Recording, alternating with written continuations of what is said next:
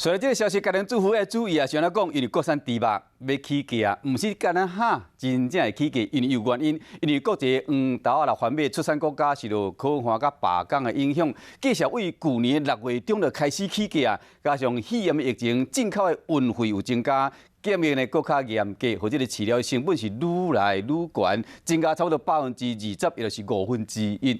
每一只猪的饲料成本加千几块，这个饲猪吼真正强要挡袂牢。所以讲，猪肉继续伫过年前起价，恐惊是无法度避免。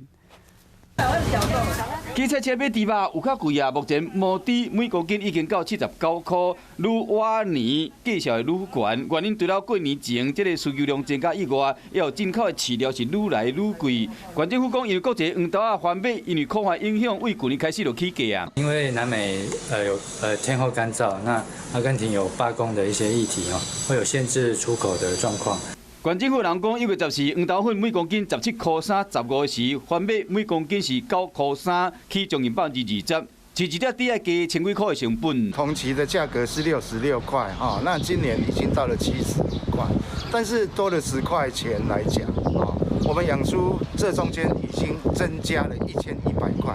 另外，由疫情影响，进口饲料的货运费用增加，检的时间又长，这拢是饲料成本增加的因素。和过年前拢会起价，国产猪肉今年恐惊会起搁较济。